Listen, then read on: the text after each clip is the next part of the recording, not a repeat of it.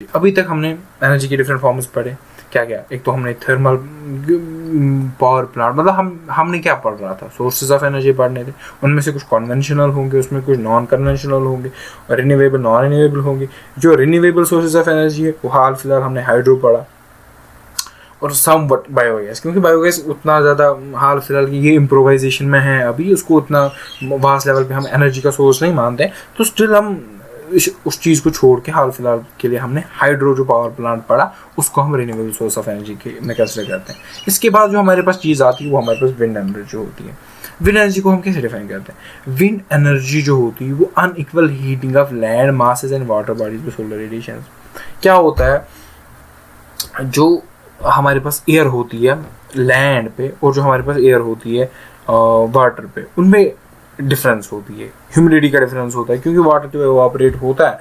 तो कंपैरेटिवली जो हमारे पास एयर होती है एट वाटर बॉडी, उनमें पास उनके पास जो होता है ह्यूमिडिटी ज़्यादा होती है, यानी कि वो ज़्यादा हैवी होते हैं। उसके कंपेरिजन में जो लैंड होता है वहाँ पे एयर लाइट होती है। उसकी वजह से क्या है, विंड जो होता है, विंड का फ्लो हमेशा होता रहता है, हाई कंसंट्रेशन से लो कंसंट्रेशन, हाई कंसंट्रेशन से लो कंसंट्रेशन, विंड से लैंड या लैंड से विंड। तो कंटिन्यूसली जो है विंड्स जो होती है सीज के आसपास, कोस्टल एरियाज के आसपास, उसका जो होता है कंटिन्यूसली फ्लो होता रहता है। तो उस चीज़ को इस्तेमाल करने के लिए, क्योंकि ये किस चीज़ से होता है, ये मोशन ऑफ विंड होता है, काइनेटिक एनर्जी ऑफ विंड होती है, जो मूवमेंट ऑफ विंड होती है, मूवमेंट ऑफ एयर होती है, उसी को हम इस्तेमाल करते हैं काम करने के लिए, एनर्जी बनाने के लिए, और उसी को हम कहते हैं विंड एनर्जी। अब ये जो विंड एनर्जी होती है ना, इसको जैसे हमने बोला था थर्मो पावर प्लांट, या हमने बोला था हाइड्रो पावर प्लांट, जहाँ पे अब विंड एनर्जी को हम इस्तेमाल करके कुछ बनाते हैं, उसको हम विंड एनर्जी फार्म कहते हैं, उसको हम विंड एनर्जी फार्म कहते हैं।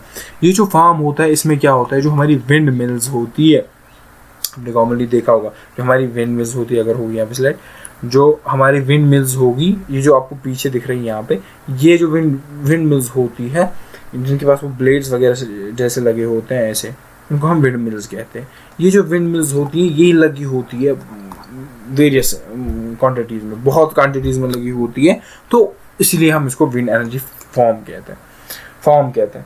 तो ये जो हमारी विंड एनर्जी है, इसकी जो काइनेटिक एनर्जी हम यूटिलाइज करते हैं, जो इसकी मोशन होती है, जिसका मूवमेंट्स होता है फ्रॉम सी एरिया से लैंड एरियाज, या लैंड एरिया से सी एरियाज तक, जो उस वक्त मोशन होती है एयर की या विंड की, उसको अगर हम यूटिलाइज करते हैं, एनर्जी बनाते हैं उससे कोई, तो उसे हम विंड एनर्जी कहते हैं। अब इसके बहुत सारे कॉन्सिक्वेंसेस हैं और प्रॉप्स हैं। जो हमारा विंड एनर्जी है, फर्स्ट एंड फॉरमोस्ट थिंग, ये एनवायरनमेंट फ्रेंडली क्यों है? बिकॉज हम इसमें जनरेशन किसको इस्तेमाल कर रहे हैं, हम एयर को इस्तेमाल कर रहे हैं। हम एयर में कोई एडिशन नहीं कर रहे, एयर में कोई चीज़ कम नहीं कर रहे, उसकी एनर्जी को, जो उसमें ऑलरेडी एनर्जी अवेलेबल है, उसको हम इस्तेमाल कर रहे हैं, यानी कि एनवायरनमेंट फ्रेंडली, एनवायरनमेंट कोई नुकसान नहीं दे रहे। नो रिकरिंग एक्सपेंसेस, इसमें खर्चा नहीं है, एक बार कर दिया खर्चा, एक बार आपने ये जो है क्या बोलते हैं फार्म को लगा लिया, फिर उसके बाद आपको उस पर ज़्यादा खर्चे नहीं करनी है। बट एक मसला है, इसमें बहुत सारे मसले हैं। इसको बैकअप फैसिलिटी चाहिए, इसमें लार्ज लैंड चाहिए, कॉस्ट ऑफ एस्टेब्लिशमेंट बहुत ज़्यादा होता है, मेंटेनेंस इशू बहुत ज़्यादा है। एफिशिएंट सोर्स तब बनेगा जब आपके पास लोकेशन चाहिए। फर्स्ट एंड फॉरमोस्ट थिंग, आप विंड फार्म उठ के कहीं पे भी नहीं बना सकते। आप उठ के विंड फार्म को बना नहीं सकते, बिकॉज खर्चा एस्टेब्लिशमेंट का बहुत ज़्यादा पैसा लगेगा। आपको एक प्रॉपर लोकेशन चूज़ करनी है जहाँ पे विंड चलती होगी, आती जाती होगी, जहाँ पे कंटिन्यूसली विंड का ये सारी चीज़ें होंगी। तो उस हिसाब से जो है इसकी मेंटेनेंस चार्जेस वगैरह करके ये थोड़ा डिफिकल्ट हो जाता है एस्टेब्लिशमेंट विंड एनर्जी का। इसको भी हम उतना अच्छी तरीके से इस्तेमाल नहीं कर पाते। अब हमारे पास नेक्स्ट टॉपिक जो है, जिस चीज़ को हम यहाँ पे डिफाइन करते हैं, वो है non conventional sources of energy. Non conventional sources of energy क्या होंगे? जो रिन्यूएबल सोर्सेज ऑफ एनर्जी होंगे। कन्वेंशनल सोर्सेज ऑफ एनर्जी क्या थे? जो non renewable sources of energy थे। एक चीज़ है, इस थोड़ी फ़र्क है जिस तरीके से आपका जो पैटर्न दिया गया है सिलेबस में, क्योंकि मैं आपकी बुक के हिसाब से चला, उस हिसाब से आपके पास कहीं फॉर एग्जांपल थर्मो जो प्लांट है वो आपके नॉन कन्वेंशनल, वो कन्वेंशनल सोर्सेज की एनर्जी के नीचे कंसिडर किया गया है। बट वो एक अलग टॉपिक है, उसको आप उस चीज़ में कंसिडर ना करें।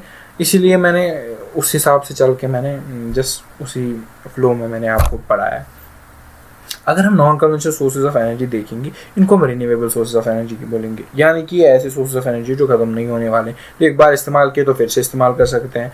तो ये रिन्यू होते हैं by natural processes on A continuous basis. इनको हम कंटिन्यूअस, ये खुद ही होते हैं, आपको करने की ज़रूरत नहीं होती है। मे बी आपको किसी कहीं जगह आपको अगर ज़्यादा जल्दी इस्तेमाल होना है, करना है उस चीज़ को, तो आप उस चीज़ को जल्द यूजेबल फॉर्म में वापस लाने के लिए अपने एफर्ट्स में आते हैं। बट बाय नेचुरल प्रोसेस ये खुद से ही रिन्यू होते हैं। इनका एक सबसे बड़ा फ़ायदा जो है वो अनलिमिटेड अवेलेबिलिटी है और एनवायरनमेंट फ्रेंडली, कि आपके पास हमेशा से अवेलेबल है। पहले ही बोला ये रिन्यूएबल सोर्सेज है, ये फिर से वापस आने वाले, यानी कि ये तो ख़त्म होने वाले नहीं है। जब ये ख़त्म होने वाली नहीं है तो ऑब्वियस ही बात है इनकी क्वांटिटी जो अवेलेबिलिटी जो वो अनलिमिटेड हो जाएगी। दूसरी बात ये एनवायरनमेंट फ्रेंडली है, ये रिकर करते हैं खुद से, ये एनवायरनमेंट में खुद से प्रेजेंट है। अगर इनको एक सेफ तरीके में और सेफ वे में इस्तेमाल किया जाए तो ऑब्वियस ही बात है इनका हज़ार्ड भी नहीं होगा कुछ एनवायरनमेंट पे, और हम उनको अच्छी तरीके से इस्तेमाल भी कर पाएंगे। अगर हम देखेंगे जो हमारा सोलर एनर्जी है, ये हमारे पास नॉन कन्वेंशनल या हमारे पास रिन्यूएबल सोर्स ऑफ एनर्जी है। सोलर एनर्जी किसे बोलते हैं? सोलर, हमारे पास सन है, सन से जो रेडिएशंस आती है वो इलेक्ट्रोमैग्नेटिक वेव्स होती है, उनमें हीट होती है। वो जो हीट है उसको अगर हम इस्तेमाल करेंगे उसको हम सोलर एनर्जी कहेंगे। वो जो हीट सन की रेडिएशन में अवेलेबल होती है उसको जो हम इस्तेमाल करते हैं, वहाँ से जो हम काम कराते हैं उसको हम सोलर एनर्जी कहते हैं। उसमें जो क्षमता होती है काम करने की उसको हम सोलर एनर्जी कहते हैं। अब बोलता है हाउ सोलर एनर्जी रीच अर्थ। अगर हम देखेंगे हमारा सन जो है उसके बीच में स्पेस है, उसके बाद हमारी अर्थ कहीं जाके हैं, क्योंकि सोलर सिस्टम ऐसा कुछ है। तो ये हमारा सन जो है, बिकॉज कोई मीडियम है ही नहीं लाइट को ट्रैवल करने के लिए, तो लाइट वैक्यूम में कैसे ट्रैवल करके आती है, इसके पीछे का लॉजिक होता है, उसे हम कहते हैं रेडिएशन। ये जो हमारी रेडिएशन सन से जो हमारी रेज निकलती है वो in the form of radiation travel करती है और हमारी अर्थ पे रीच करती है। जब वो हमारी, क्योंकि इलेक्ट्रोमैग्नेटिक वेव है, ये इसमें इलेक्ट्रिक फील्ड और मैग्नेटिक फील्ड होता है, यानी कि जब ये इलेक्ट्रोमैग्नेटिक वेव सन से निकलती है, ये in the form of radiation, in the form of wave travel करती है सन से अर्थ तक। यही तरीका होता है इसको वहाँ से यहाँ तक आने में। बट ये रेडिएशन होगी, बट इस सोलर एनर्जी का क्या? क्योंकि हम बात बोल रहे हैं एनर्जी की जिससे हम काम करते हैं, वो कैसे हमारे पास रीच होती है? यहाँ पे लिखा है radiation only a small part of the solar energy reaches outer layer of the earth and nearly half of it is absorbed by atmosphere while passing। क्या होता है, जो हमारा एटमॉस्फेयर है इसमें कार्बन डाइऑक्साइड या मीथेन वगैरह गैसेस जो है वो जो हीट को ट्रैप करती है। ये जो हमारी एनर्जी आती है सन से, फॉर ए मिनट कंसिडर करते हैं अर्थ पे हमारी परसेंटेज आती है, फॉर ए मिनट कंसिडर करते हैं अर्थ पे 100 रेडिएशंस आती है। ये जो 100 रेडिएशंस आती है, इनका जो हमारा जो अर्थ का आउटर एटमॉस्फेयर है, हमारा जो क्या बोलते हैं इसको, आयोनोस्फीयर है, हमारा जो ओजोन लेयर जिसमें है, हम ये जो लेयर्स है, जो आउटर मोस्ट लेयर्स है, ये वापस इन रेडिएशंस को बैक कर देती है, क्योंकि इनके पास एब्जॉर्बिंग कैपेसिटी नहीं होती है। बट जो हमारा ट्रोपोस्फीयर है, मेसोस्फीयर है, इनके अंदर जो गैसेस होती है, जैसे हमारे पास मीथेन है या हमारे पास कार्बन डाइऑक्साइड है, ये सारी गैसेस जो है एब्जॉर्ब कर लेती है इस एनर्जी को। यानी कि अगर हमारे पास 100 थे, 100 में से 50 जो है वो पहले ही आउटर एटमॉस्फेयर से वापस चले जाते हैं, जो बचे 50 हैं वो हमारी अर्थ पे पहुंच जाते हैं। और यहाँ पे जब वो पहुंच जाते हैं, इनको ट्रैप किया जाता है कार्बन डाइऑक्साइड वगैरह गैसेस, इससे हमारा जो एटमॉस्फेयर है वो वार्म अप होता है, इससे हमारा जो टेम्परेचर है वो मेंटेन रहता है। और इसी एनर्जी को, ये जो 50 वाली एनर्जी अब रीच हुई, इसी को हीट, इससे जो हीट प्रोड्यूस होती है उसी को हम एनर्जी को इस्तेमाल करते हैं और उसी को हम सोलर एनर्जी बताते हैं। अब ये जो हमारी सोलर एनर्जी है, इसके बहुत डिफरेंट इस्तेमाल होते हैं, मेन इस्तेमाल होते हैं। हम इससे सोलर कुकर बनाते हैं, हम इससे सोलर वाटर हीटर बनाते हैं, हम इससे सोलर सेल पैनल बनाते हैं। अब आज की दुनिया में जो इसका सबसे बड़ा यूज़ है वो ये सोलर सेल पैनल का है। हम सोलर सेल बनाते हैं। क्या है कि हमारे पास नॉन रिन्यूएबल सोर्सेज, हमारे पास ये non conventional source of energy है, यानी कि रिन्यूएबल सोर्स ऑफ एनर्जी, इसको हम इस्तेमाल कैसे कर सकते हैं? तो हम क्या करते हैं, हम कम्बिनेशन, हम सोलर सेल्स लाते हैं। सोलर सेल्स क्या होते हैं? सोलर सेल्स ये वो सेल्स होती हैं जो सोलर एनर्जी को इस्तेमाल करती है और वहाँ से इलेक्ट्रिसिटी बनाती है। यानी कि इनके अंदर कुछ ऐसा मैकेनिज्म होता है, जब इसके अंदर ऊपर से लाइट पड़ती है, जब इस पर लाइट पड़ती है तो इसके अंदर कुछ ऐसा मैकेनिज्म होता है जो ये चीज़ है इसके बाहर से इलेक्ट्रिसिटी निकलती है। जस्ट लाइक द वे हमने बॉयलर देखा था, हमने थर्मल पावर प्लांट में देखा था।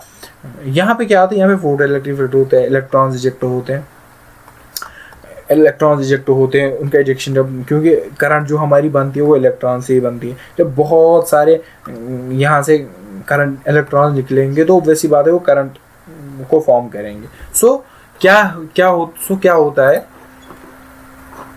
होता है कि जो हमारी सोलर एनर्जी होती है, या हमारे पास सोलर सेल्स होते हैं, उनके अंदर एक ऐसा मैकेनिज्म डेवलप हुआ होता है जिसकी वजह से क्या है कि वो इस्तेमाल कर पाते हैं सोलर एनर्जी को, इलेक्ट्रिकल एनर्जी।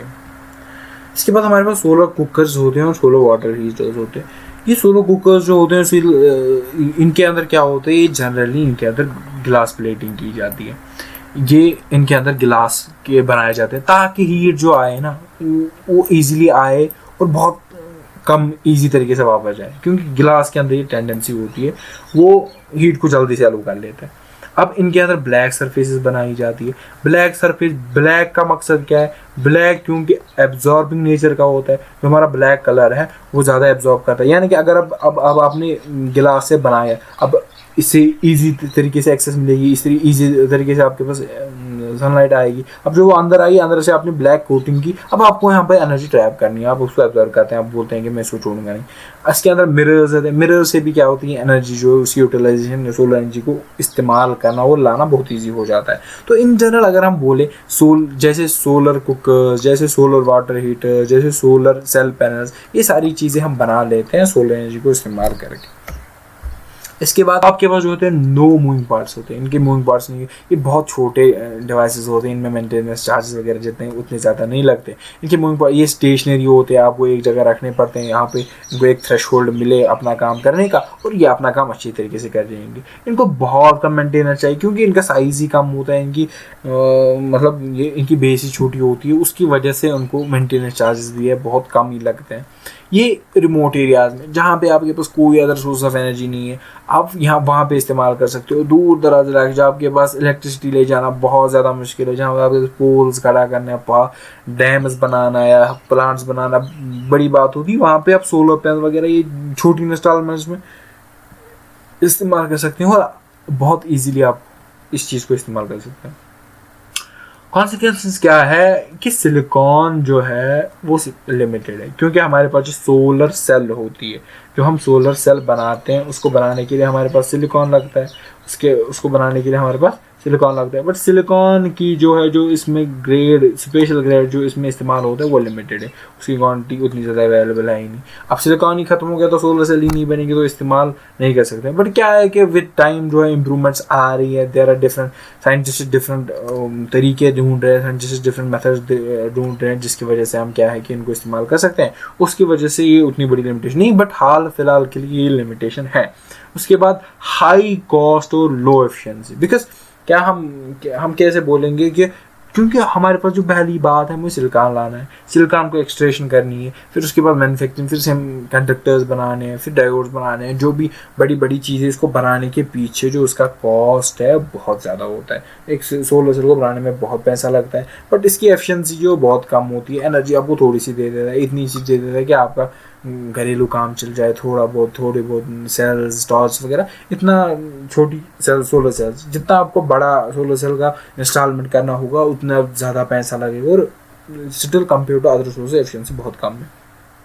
तीसरी बात, ये लेस डोमेस्टिक यूज़ होता है, डोमेस्टिक यूज़ कम ही इस्तेमाल हो, बिकॉज यही बात, बिकॉज जितने आपको अगर ज़्यादा यूज़ जितनी हमें घर में एनर्जी होती है उस हिसाब से हमें सोलर पैनल्स बहुत ज़्यादा क्वांटिटी में इस्तेमाल होंगे, हमें सोलर एनर्जी को बहुत ज़्यादा ही इस्तेमाल करना पड़ेगा, उसके हिसाब से ये बहुत डिफ़िकल्ट हो जाएगा हमारे लिए। उसके बाद अगर हम दूसरी एनर्जी को डिफाइन करेंगे वो हमारे पास टाइडल एनर्जी होगी।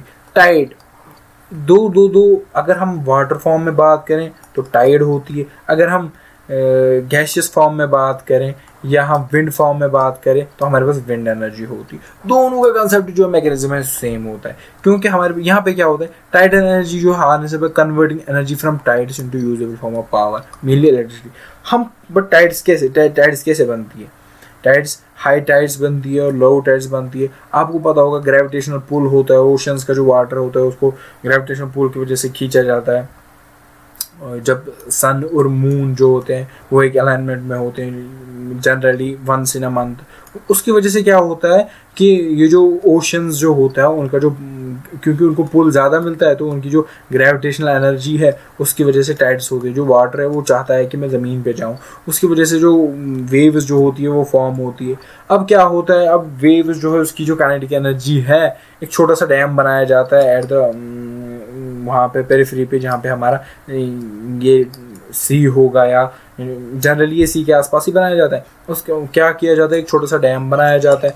आपके पास आपका जो वाटर जो टाइड्स बनती है, वेव्स जो बनती है, उनकी जो काइनेटिक एनर्जी है वो इस्तेमाल की जाती है, उनकी मूवमेंट की इस्तेमाल किया जाता है उनको हमारा जो सोर्स होता है उनके टर्बाइन को घुमाने के लिए। जब आपके पास वाटर आता है, क्योंकि टाइड मूव करती है फ्रॉम सी टू लैंड, फिर लैंड से वापस सी की तरफ जाती है, तो जब ये सी से लैंड की तरफ आ जाती है तो टर्बाइन जो है वो मूव करता है क्लॉकवाइज, उसकी मूवमेंट होती है। जब वहाँ से आती है तो एंटी क्लॉकवाइज मूव करता है, यानी कि दोनों मोशंस में हमारे पास जो है वहाँ पे हमारा जो टर्बाइन है मूव करता है। और उसकी वजह से जो टर्बाइन मूव करता है तो हम जनरेटर को पावर सप्लाई करते हैं, टर्बाइन वो जनरेटर को स्टार्ट कर लेता है और जनरेटर से हमारी इलेक्ट्रिसिटी बनती है। क्या होता है, एक डैम टर्बाइन से opening of dam tidal limited location for construction of dams. इसका भी सेम क्राइटेरिया वही है। मैंने अभी भी बोला आपका विंड एनर्जी की बात करनी होगी और टाइडल एनर्जी की बात करनी होगी। ये दो कंपैरिजन में बहुत ज़्यादा सिमिलर है। क्यों? क्योंकि आपके पास टाइडल एनर्जी जो है इसको इस्तेमाल तभी कर सकते हैं जब आपके पास वेव्स बनेंगी। जब वेव्स बनेंगी नहीं, आप इस्तेमाल ही नहीं कर सकते। अब वेव्स कहाँ पे बनेंगी? जहाँ पे पानी होगा, सी होगा बहुत ज़्यादा। अब वेव्स भी वहाँ पे आपको रखना है जहाँ पे कंटिन्यूस स्ट्रीम्स ऑफ वाटर हो। ऐसा नहीं कि एक बार इस्तेमाल किया दूसरी बार कर ही नहीं सकते। इसी तरीके से अगर हम और रिसोर्सेज ऑफ एनर्जी, इसी तरीके से अगर हम देखेंगे, ये जो टाइडल एनर्जी टाइड्स बनी, इसी में जो वेव्स की जो एनर्जी है उसको भी इस्तेमाल किया जा सकता है। क्योंकि काइनेटिक एनर्जी जो है positive by huge, kinetic energy जो है, क्योंकि जब वेव्स आती है उनका मोशन जो होता है बहुत स्पॉन्टेनियस होता है और बहुत मतलब उनमें बहुत ज़्यादा एनर्जी होती है। अब वो जो उनकी काइनेटिक एनर्जी होती है वो हम इस्तेमाल कर सकते हैं किसको? टरबाइन को रोटेट करने में, और उसी की वजह से हमारी इलेक्ट्रिसिटी बनती है। जो टाइड्स है और वेव्स है ये सेम कंसेप्ट है एनर्जी का। उन चीज़ों को दोनों को इस्तेमाल करके अब क्या होता है कि टाइडल एनर्जी हो, वेव्स जो जनरली कभी भी फॉर्म होती है, बट टाइड्स का जनरल ऑर्डर जो है वो स्पेसिफिक टाइम में इस्तेमाल बनती है। तो अब हमारे पास ओशन थर्मल एनर्जी होती है। क्या होता है, जो टॉप लेयर होती है ना वो सन से हीट होती है।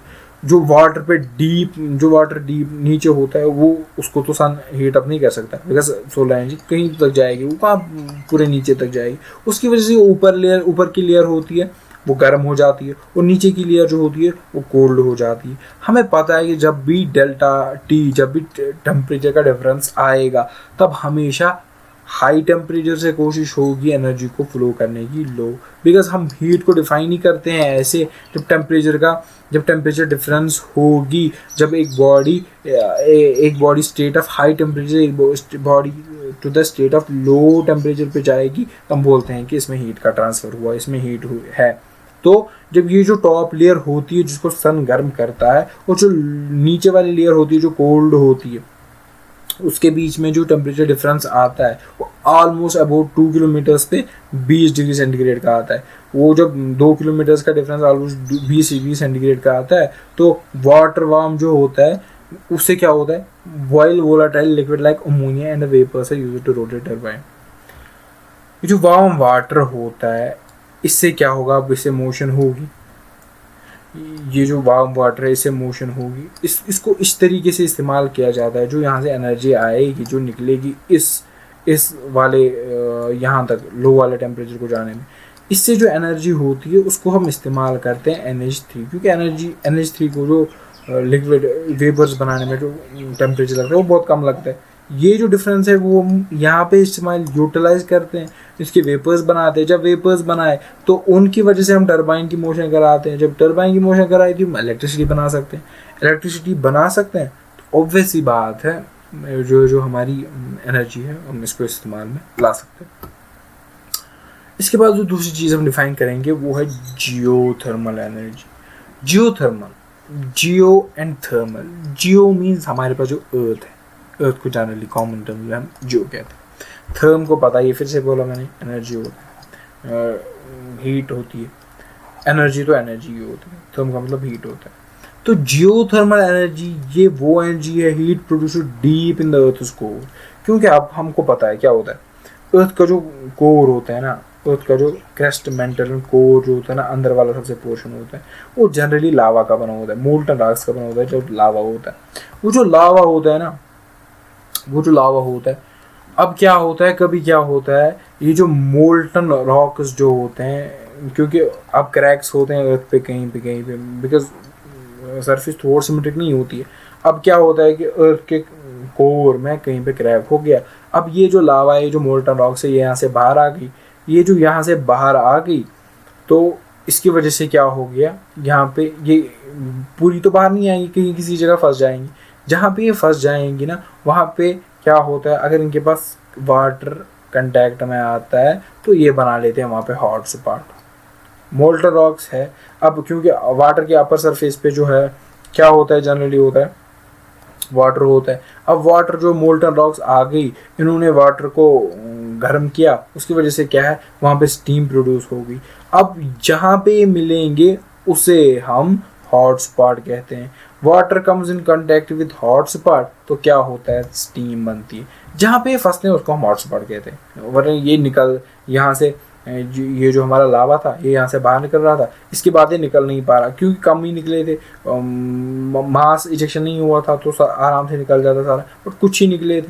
अब यहाँ पे ज़मीन में कहीं जाके फंस गए। अब क्या हो गया कि वाटर बाय सम प्रोसेस या यहाँ पे था वाटर, वो इसके साथ कंटेक्ट में आ गया तो इसने क्या बना दिया, इसने हॉट स्पॉट बना दिया। और यहाँ से जो वाटर है उसके हम वेपर्स बनाते हैं, उसको हम इस्तेमाल करते हैं टर्बाइन्स को मूव कराने में, तो वहाँ से इलेक्ट्रिसिटी बनती है, वो एनर्जी हम इस्तेमाल फिर से कहते हैं। अब वो जो रीजन है, क्योंकि अब वाटर जो हमारा है वो कंटेक्ट में आ गया हॉट स्पॉट के, यानी कि वो पानी जो है वो गर्म हो गया। Outlet that hot from the region at the surface, उन्हें हम क्या कहते हैं, उन्हें हम हॉट स्प्रिंग्स कहते हैं। समवट लाइक तत्ता पानी एंड ऑल, वो सारी चीज़ें।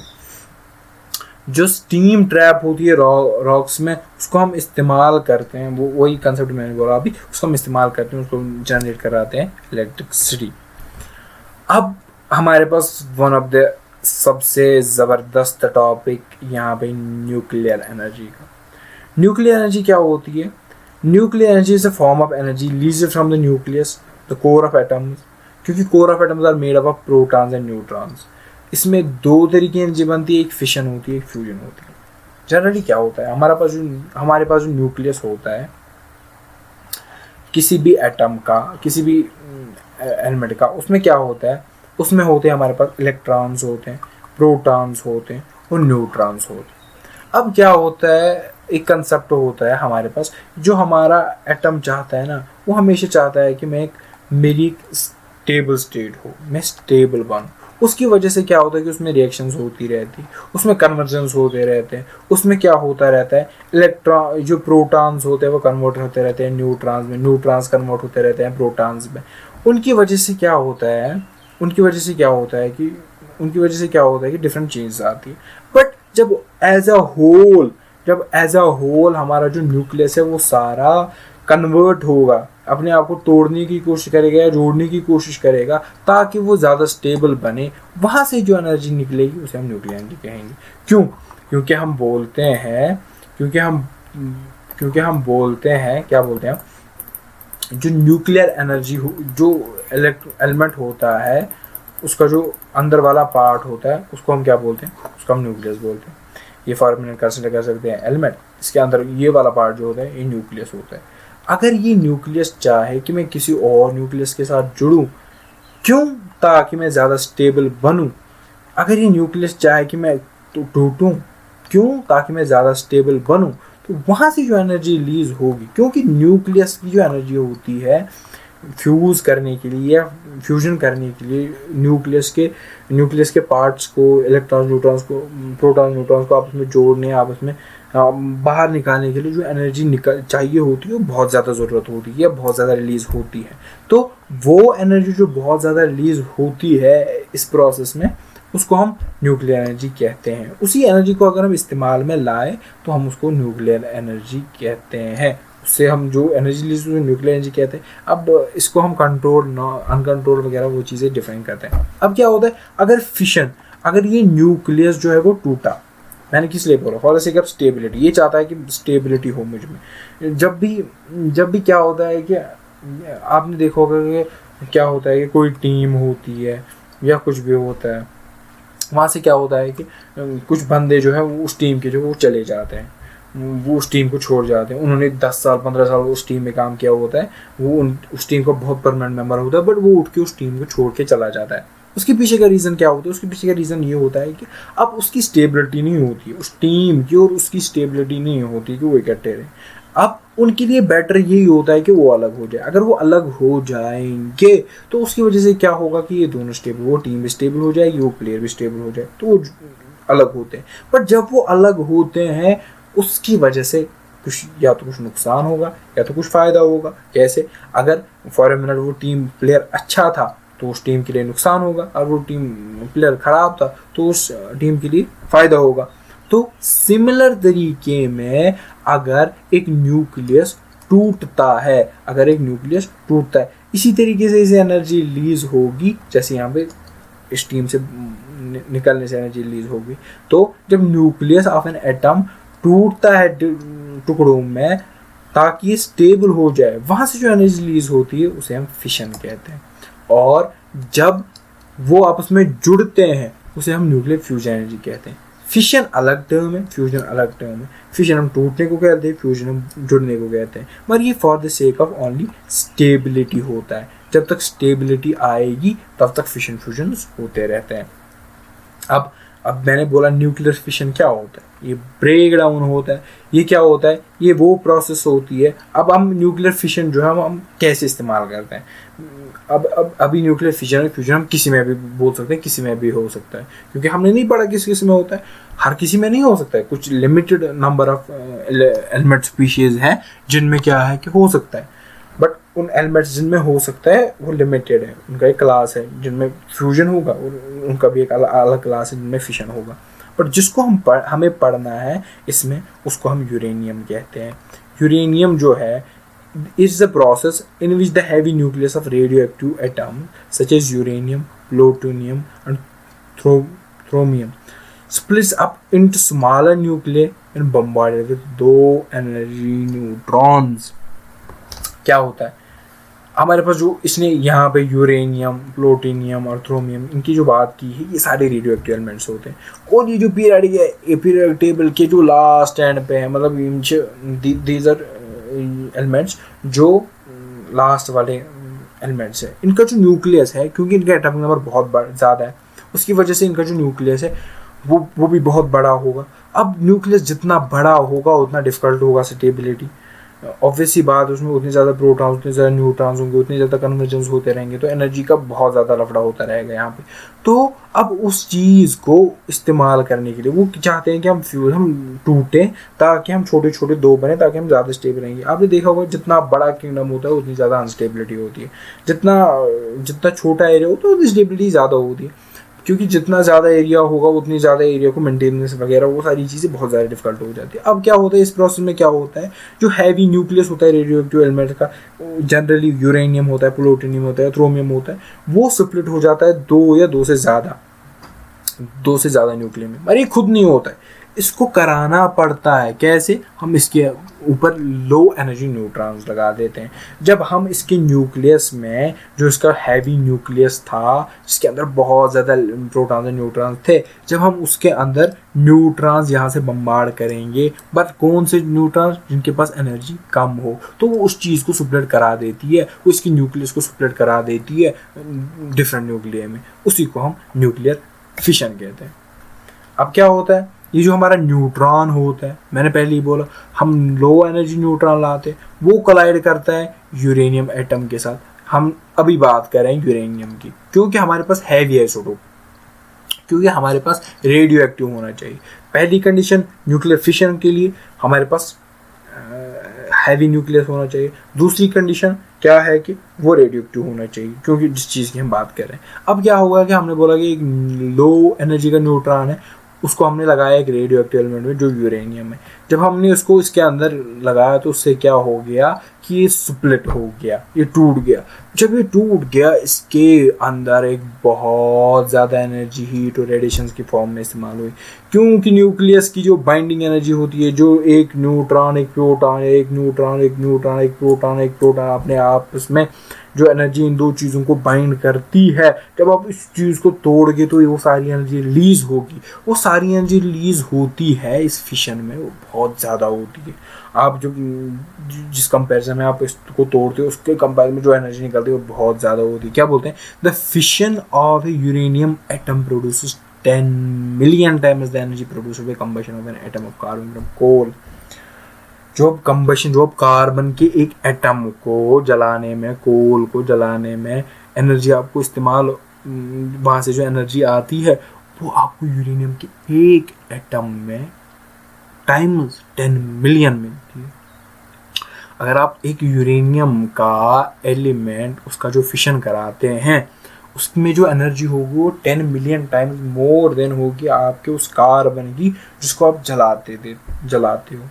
See the difference is only because of यहाँ पे हम एनर्जी बहुत एडवांस लेवल पे इस्तेमाल कर रहे हैं। यहाँ पे हम न्यूक्लियस में घुस रहे हैं, यहाँ पे हम प्रोटॉन और न्यूट्रॉन को जुदा कर रहे हैं, उनकी जो बाइंडिंग एनर्जी है उसको हम छेड़ रहे हैं, तो वहाँ पे जो एनर्जी है वो बहुत ज़्यादा बाहर निकलेगी। अब क्या बोलते हैं, this reactions is used in control manner to heat water which in turn produces steam to rotate turbine generate electricity.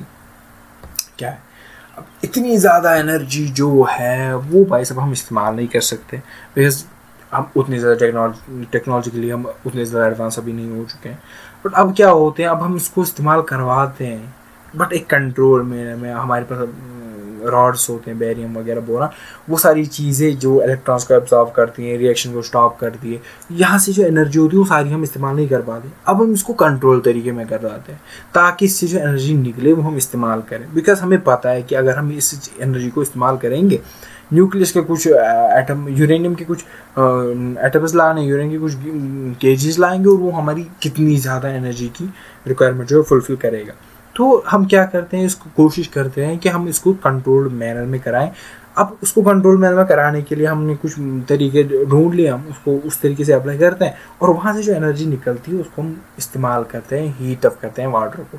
जब वाटर को हीट अप करते हैं वो बॉयल होता है, वहाँ से स्टीम बनती है, उसको फिर से प्रेशर डिफरेंस क्रिएट कराते हैं और वहाँ से हम फिर से टर्बाइन्स मूव कराते हैं, वहाँ से इलेक्ट्रिसिटी बनाते हैं, क्योंकि इलेक्ट्रिसिटी जो है बहुत कॉमन फॉर्म ऑफ एनर्जी जो अभी हम इस्तेमाल करते हैं। मगर इसका मसला जो है वो है इसका न्यूक्लियर पावर जनरेशन जो है, उसकी storage and disposal of the fuels. क्योंकि रेडियो एक्टिव है, जब रेडियो एक्टिव है आपने इस्तेमाल किया, इसके बाद आपने इसको छोड़ दिया कहीं पे, फिर भी रेडियो एक्टिव है ना, इसकी रेडिएशंस जो है वो बहुत ज़्यादा इफेक्ट करती है। रेडियो एक्टिव जो आपके जिस्म के आसपास चला जाता है, ये कैंसर्स काज करते हैं, स्किन डैमेज करती है, आईसाइट के डिफेक्ट्स प्रोड्यूस करता है, मतलब बहुत ज़्यादा हैज़ार्डस इफेक्ट है इसके हेल्थ पे। उसकी वजह से क्या है कि उसको हम उतना ज़्यादा इस्तेमाल नहीं कर पाते हैं। मैंने कहा हमें अभी प्रॉपर तरीका पता नहीं है इसको कैसे इस्तेमाल करेंगे, बिकॉज रेडियो एक्टिव एलिमेंट्स को डील करने के लिए जो हमारे पास टेक्नोलॉजी होनी चाहिए उस लेवल पे हम अभी एडवांस नहीं हो चुके हैं। उसके अलावा भी क्या होता है, इसको high cost of instalment, because देखो आप क्या कर रहे हो कि आप एक इलेक्ट्रॉन, आप एक एलिमेंट के अंदर घुस रहे हो, आप उसकी न्यूक्लियर एनर्जी को छेड़ रहे हो, तो ऑब्वियस सी बात है आपको उसके पीछे का मैकेनिज्म, आपको उसके पीछे की साइंस डेवलप करने में कितना ज़्यादा खर्चा लगेगा, आपको उस चीज़ को कराने में कितना ज़्यादा इनपुट लगेगा, कितना ज़्यादा कॉस्ट लगेगा। उसके अलावा ये एनवायरनमेंट पोल्यूशन जो है, एनवायरनमेंट पोल्यूशन करता है, बिकॉज मैंने बोला ये रेडियो एक्टिव हैज़र्ड्स हो गए, कभी ये रेडियो एक्टिव लीकेज होती है, बहुत सारे केसेस हुए हैं, चर्बोनाइल वगैरह, गैस प्लांट्स वगैरह, जहाँ पे भी रेडिएशन लीक होता है, एक टाइम का हो गया, लीक हो गया, या अनकंट्रोल जो कंट्रोल था वो अनकंट्रोल हो गया, ब्लास्ट हो गया, एनर्जी आपके टाइम इस्तेमाल रिलीज होगी, तो न जाने कितने लाइफ जा सकते हैं। और एक बात ये भी है, इसकी रिस्क ऑफ एक्सीडेंटल लीकेज, ये बोला मैंने, लीकेज का, एनवायरमेंटल पोल्यूशन भी होती है, और लिमिटेड अवेलेबिलिटी ऑफ यूरेनियम है। यूरेनियम जो है ना भाई साहब उतना ज़्यादा अवेलेबल नहीं। जस्ट लाइक हमने अभी सिलिकॉन की बात की, हम सिलिकॉन को इस्तेमाल करते हैं सोलर एनर्जी में, हम यहाँ पे भी इसी तरीके हम न्यूक्लियर एनर्जी को इस्तेमाल करते हैं, बट उसके पीछे का जो एलिमेंट है यूरेनियम जैसे एलिमेंट्स, वो हमारे पास अवेलेबल नहीं है उतने ज़्यादा।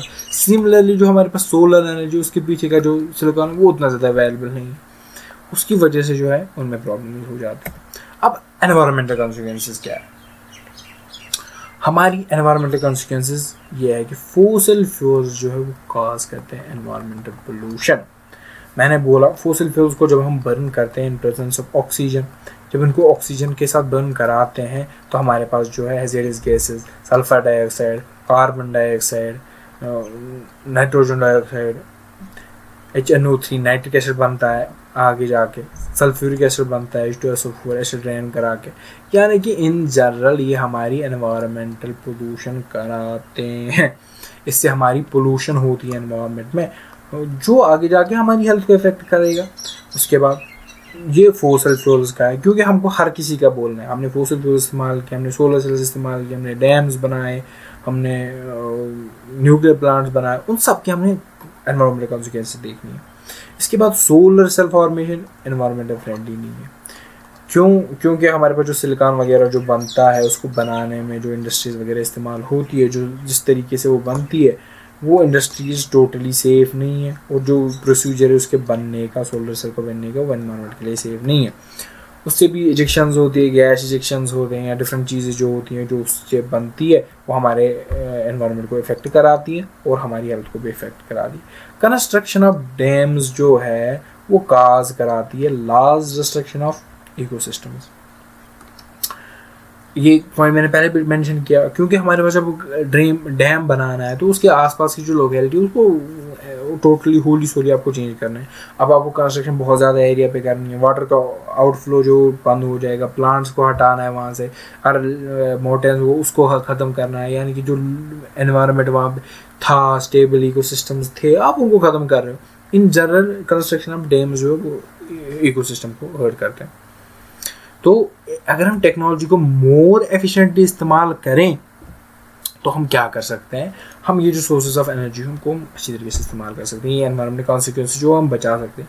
अगर हमारे पास कोई ऐसा सोर्स ऑफ एनर्जी आ जाए, ऐसा तरीका आ जाए, अगर हमारी टेक्नोलॉजी इतनी एडवांस हो जाए कि हम न्यूक्लियर एनर्जी को इस्तेमाल करें विदाउट एनी हैज़ार्डस इफेक्ट, हम रेडिएशंस को कंट्रोल करना सीख ले, हम लीकेज को कंट्रोल करना सीख ले, हम उसके डिस्पोजल को कंट्रोल करना सीख ले, तो सीख के हमारा एनर्जी आउटपुट जो वो कितने ज़्यादा बढ़ जाएंगे विथ यूजिंग न जाने कितनी मिनिमल अमाउंट ऑफ, और हम अवेलेबिलिटी का इंश्योर करें कि ऐसा कुछ मैकेनिज्म को रिन्यू हो, ऑटो रिन्यू, ऐसा कुछ बोल रहा हूँ कि अगर हमारे पास एनर्जी इतनी एडवांस हो जाएगी जिसकी वजह से हम एनर्जी सोर्सेज को उस तरीके से इस्तेमाल कर सकेंगे ताकि हमारे जो एनवायरनमेंट पे जो इफेक्ट्स है वो कम होने चाहिए।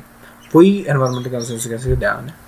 तो एक एनर्जी सोर्स कितने टाइम तक कितने टाइम तक लास्ट कर सकता है? फोसिल फ्यूल्स जो है वो अभी हाल फिलहाल आप देख रहे हो कि हाल में जिस हिसाब से हमारी ह्यूमन पॉपुलेशन है, 7.8 बिलियन के आसपास की पॉपुलेशन है, उनमें आप देखो कितने परसेंटेज के पास गाड़ियाँ होगी, आप देखो ऑन अ डेली बेसिस कितना फ्यूल कंज्यूम होता है। तो उस हिसाब से है, because it's like mass extinction कभी होता था, कभी डिकेइंग होती थी, कभी एनिमल्स मरते थे, कभी प्लांट्स मरते थे, मास एक्सटिंक्शन जहाँ पे मिनिमम, क्योंकि फोसिल फ्यूल जहाँ पे आपको बनेंगे इट शुड बी लाइक कि वहाँ पे कंटिन्यूअस यहाँ पे बहुत बड़ा mass extinction dead and decade plants and animals का होना चाहिए। वो बहुत मिनिमल होता था, तो वो बहुत मिनिमल्स थे, कहीं कहीं स्पॉट्स थे थ्रू आउट द वर्ल्ड में। उसकी वजह से क्या है कि इनकी जो है सप्लाई जो है ख़त्म हो गई है, इनकी डिप्लीशन हो चुकी है, अब कंटिन्यूसली बन भी नहीं रही है, तो दैट्स व्हाट ये एनर्जी सोर्सेज जो ख़त्म हो रहे हैं। A constant supply of energy at a particular level can be supplied if we manage biomass. अगर हम बायोमास को इस्तेमाल करना सीखेंगे तो हम constant supply of energy को इस्तेमाल, बिकॉज वो क्या है कि वो एक्सक्रीटा से आपका हो रहा है। बायोमास की जो एनर्जी है वो आपके एक्सक्रीटा से बन रही है। आपके जो ये है हमारे पास कैटल है वो तो कंटिन्यू आपको उनको सस्टेन कराना है, बिकॉज आपको मीट एट द एंड खाना ही है, आपको गाँव का काम कराना है, दूध ज़रूरत है, वो सारी चीज़ें ज़रूरत है, तो कैटल को होना नेसेसरी है। अब कैटल के उस चीज़ से हम क्या कर सकते हैं, हम बना सकते हैं बायोगैस, तो हम बायोगैस बना सकते हैं उस बायोमास को इस्तेमाल करके, तो उसी को हम क्या एक सस्टेन एनर्जी बोल सकते हैं और वो बहुत टाइम के लिए लास्ट कर सकता है। और रिन्यूएबल सोर्स ऑफ एनर्जी है, क्योंकि रिन्यूएबल सोर्स ऑफ एनर्जी को कंपेरेटिवली वो कम एनवायरनमेंट हैजर्डियस है as compare to non renewable. इनकी वजह से जो एनवायरनमेंट पे इफेक्ट्स होते हैं वो कम होते हैं। तो हम क्या कर सकते हैं, हम इस्तेमाल कर सकते हैं रिन्यूएबल सोर्सेज एनर्जी को ज़्यादा अच्छी तरीके से, और इन्हीं को हमको ज़्यादा इस्तेमाल करना चाहिए, बिकॉज इनकी वजह से एनवायरनमेंट पे इफेक्ट्स भी कम होते हैं, उनको अच्छी तरीके से भी इस्तेमाल भी कर सकते हैं। So I guess it was it. मुझे लगता है कि अभी तक जो है आपको समझ आना चाहिए होगा कि हमारे सोर्सेज ऑफ एनर्जी वगैरह वो क्या है क्या नहीं है, और हमने कैसे डिफ़ाइन किया है ये सारी चीज़ें। Till now I am quite sure about it कि आपको सारी चीज़ें समझ आ चुकी होंगी। फिर भी आपको स्टिल कोई किसी भी चीज़ में कोई भी कहीं पे भी कुछ डाउट रहता है तो आप नीचे जाके यहाँ पे कमेंट्स में लिख सकते हैं हमें, या किसी भी टॉपिक में आपको लगता है कि इस टॉपिक को इन डिटेल या डेप्थ फिर से कवर कराना होगा तो आप उसके लिए हमें क्वेरीज लिख सकते हैं नीचे। तो बाकी will see you later taking another class. Thank you.